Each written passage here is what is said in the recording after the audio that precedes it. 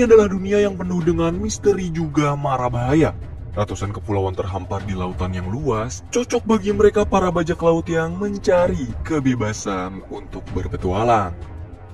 Pada 22 tahun lalu, Angkatan Laut menyerukan bahwa bajak laut adalah musuh yang membuat kekacauan di lautan. Dan Angkatan Laut yang berada di bawah pemerintahan dunia juga mengaku-ngaku kalau mereka ada untuk melindungi warga biasa.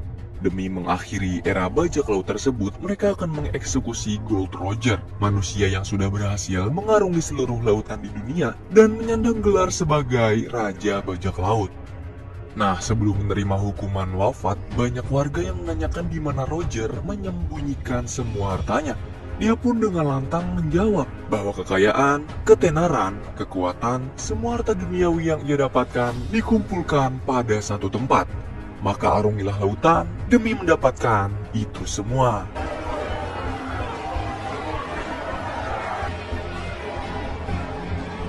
Alih-alih ingin mengembalikan keseimbangan dunia dari bajak laut, perkataan terakhir Roger justru melahirkan era bajak laut baru. Dan pada saat itu juga dimulailah perebutan harta bajak laut yang hilang, One Piece. Selanjutnya, kita akan berfokus dengan seorang bocah bernama Monkey D. Luffy. Hari ini merupakan kali pertama Luffy berlayar sebagai seorang bajak laut baru. Selain untuk menemukan One Piece, Luffy memiliki tekad besar ingin menjadi Raja Bajak Laut. Tekad tersebut ia dapatkan sejak kecil dari seorang bajak laut terkenal bernama Shanks. Jadi sekitar 10 tahun yang lalu, Luffy berteman baik nih dengan Shanks dan semua awak kapalnya. Bahkan Luffy sangat ingin bergabung untuk berlayar bersama mereka. Sampai-sampai Luffy memberanikan diri melukai wajahnya sendiri untuk membuktikan keberaniannya. Meski begitu, Shanks tetap menolak sebab umur Luffy yang masih terlalu dini. Luffy yang terlihat marah pergi ke ruangan Shanks dan menemukan kotak tak terkunci. Dari dalam kotak itu, Luffy mendapati sebuah buah iblis yang jika dimakan, dia akan mendapatkan kekuatan dari buah tersebut. Nah, kebetulan buah yang dimakan Luffy ini adalah Gomu Gomu no Mi, cuy. Akibatnya tubuh Luffy jadi elastis dan gampang melar seperti karet. Informasi sedikit, buah iblis sendiri memiliki tipe dan kekuatan yang berbeda-beda ya cuy. Tapi Movie Rastis akan menjelaskan seiring berjalannya alur cerita. Oke, lanjut. Di sisi lain, Shanks dan semua awak kapal kedatangan komplotan bandit gunung. Mereka marah dan menghancurkan beberapa barang di bar sebab Shanks menghabiskan semua soju. Luffy yang melihat kejadian tersebut gak terima dong. Ia merasa kalau Shanks dan awak kapalnya sudah direndahkan. Saat Luffy akan menghampiri komplotan bandit gunung, Shanks coba buat menahannya dan menyadari kalau tubuh Luffy sepenuhnya sudah berubah menjadi karet. Sebagai bajak laut baru, pertama-tama Luffy berencana mencari kru setia, setidaknya 10 orang untuk membantu ia mewujudkan impiannya. Karena meski sudah memiliki tekad kuat, Luffy nggak bisa mewujudkan itu semua sendirian cuy. Bahkan Luffy nggak bisa berenang dan membuat dia harus bersembunyi di dalam tong sebab rakit bututnya hancur tersapu ombak. Sampai akhirnya Luffy tidak sengaja berhasil terselamatkan oleh awak kapal bajak laut Alvida yang sedang berperang.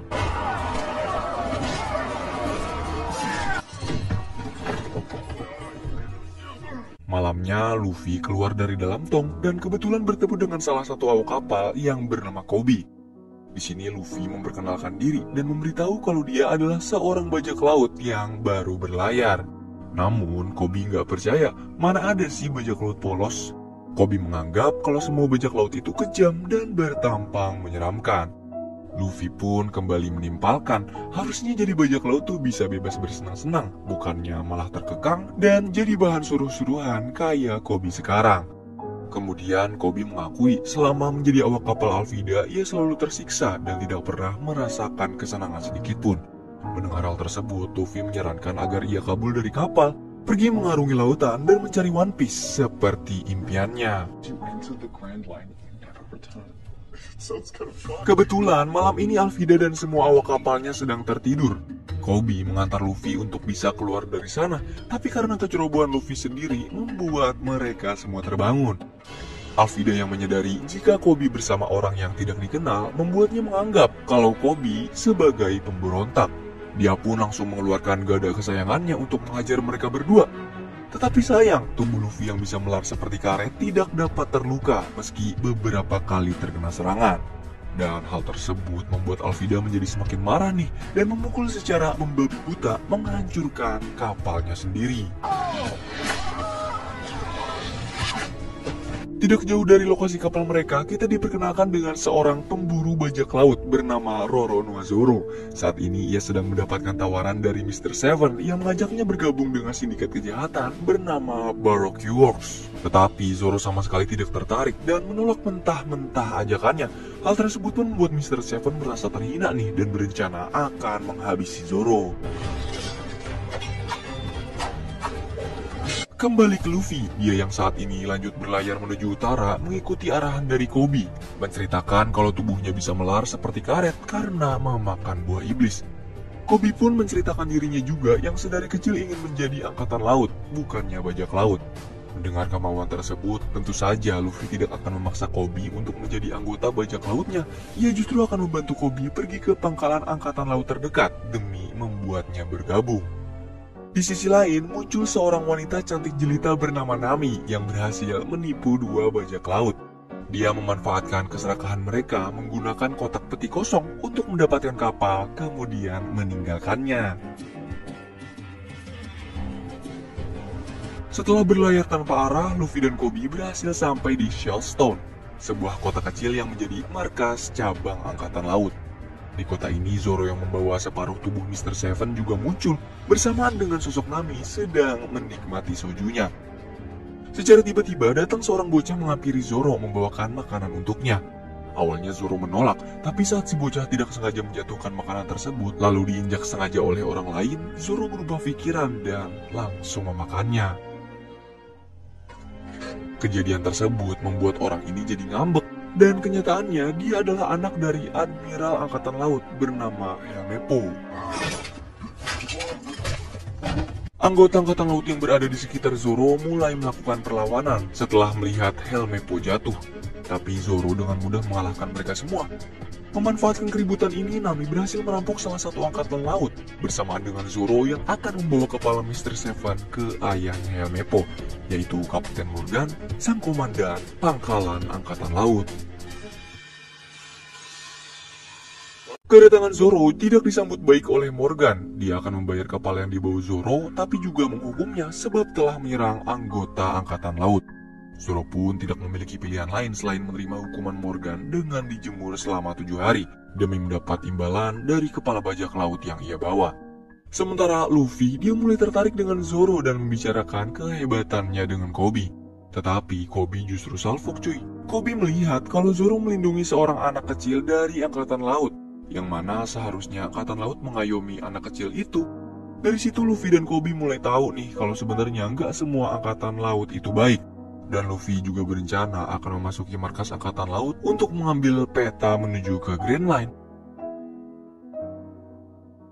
Pagi harinya, Helmeppo mendatangi Zoro dan memperingatkan dia kalau ayahnya tidak mungkin melepaskan Zoro begitu saja.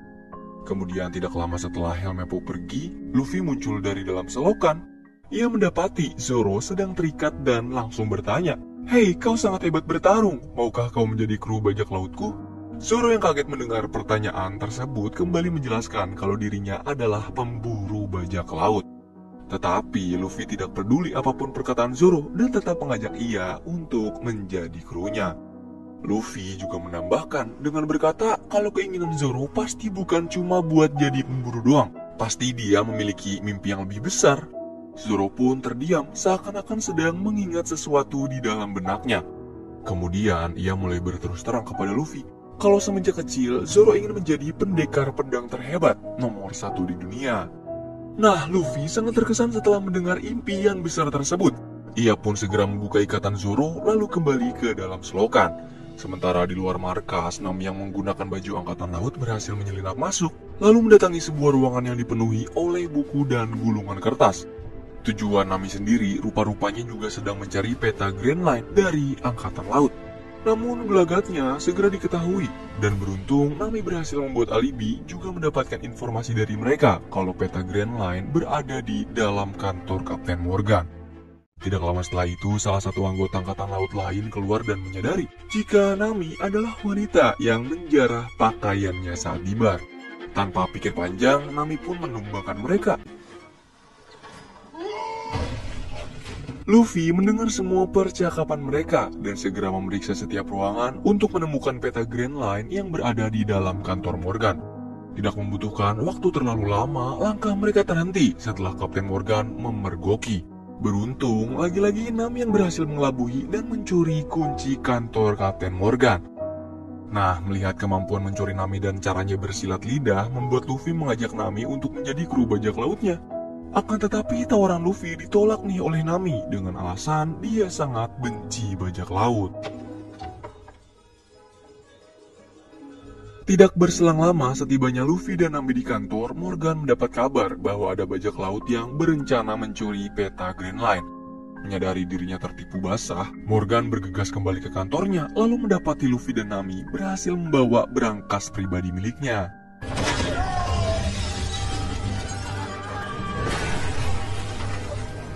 Semua angkatan laut yang berjaga di luar pun beramai-ramai menyerang mereka berdua. Di samping kerepotan Luffy dan Nami melawan angkatan laut, saat ini Zoro justru memergoki Helmeppo sedang bergaya lunglai menggunakan pedang miliknya. Setelah berhasil mendapatkan ketiga pedangnya, Zoro kemudian memutuskan membantu dan mengiyakan tawaran Luffy untuk bergabung sebagai anggota pertama di bajak lautnya.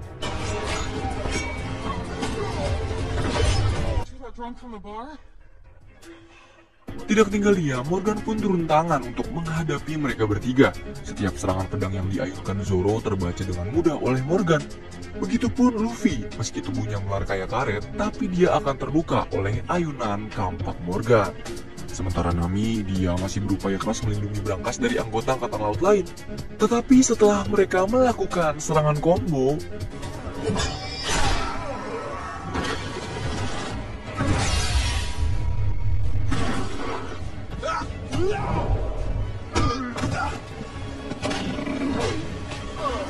Morgan tumbang dengan mudah. Kini, Luffy, Zoro bersama Nami bergegas kabur meninggalkan Shellstone. Sebelum itu, Helmeppo kembali muncul dan masih ingin menangkap mereka.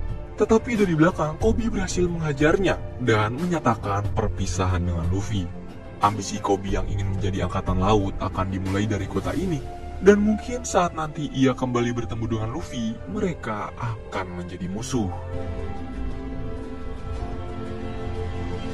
Di bagian laut yang berbeda, sebuah kapal angkatan laut yang dipimpin oleh Garp mendapat kabar kalau peta Grand Line milik Kapten Morgan berhasil dicuri oleh bajak laut yang menggunakan topi jerami. Kabar buruk tersebut membuat Garp berencana akan mengejar mereka. Kemudian di waktu yang bersamaan, seorang awak kapal dari bajak laut lain juga memberi kabar atas keberhasilan bajak laut topi jerami mencuri peta Grand Line. Dan sang kapten yang tidak lain dan tidak bukan adalah Buggy juga menjadikan Luffy sebagai incarannya. Tapi nggak sampai di sini doang teman-teman. Episode selanjutnya bakal lebih seru lagi.